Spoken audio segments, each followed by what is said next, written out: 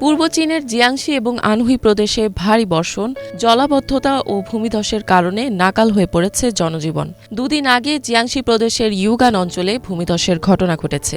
এতে যানবাহন চলাচল বন্ধ হয়ে যায়। এই ঘটনার পর রাস্তা থেকে ধ্বংসস্তূপ পরিষ্কার করতে তাৎক্ষণিক ব্যবস্থা নেওয়া হয় বলে জানান দেশটির স্থানীয় এবং জরুরি বিভাগের কর্মীরা।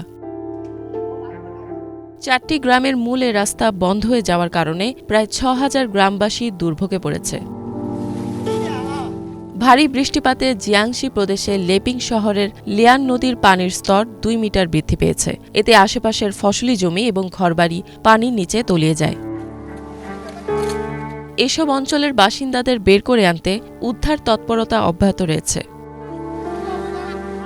আনহুই প্রদেশে হুয়াংশানের ইকিয়ান শহরে বন্যার কারণে একটি বাঁধ ক্ষতিগ্রস্ত হয়েছে।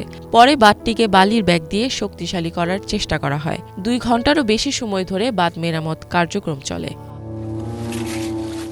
হুয়াংশানে ভারী বৃষ্টির কারণে বৃহস্পতিবার ট্রেন চলাচল স্থগিত করে রেলওয়ে বিভাগ। অফিসিয়াল ওয়েবসাইটে পুনরায় রেল চলাচল শুরু হলেও যাত্রীদের যথাযথ ব্যবস্থা নেওয়ার পরামর্শ দেওয়া হয়। ইফাত জাহান, বাংলাভিশন।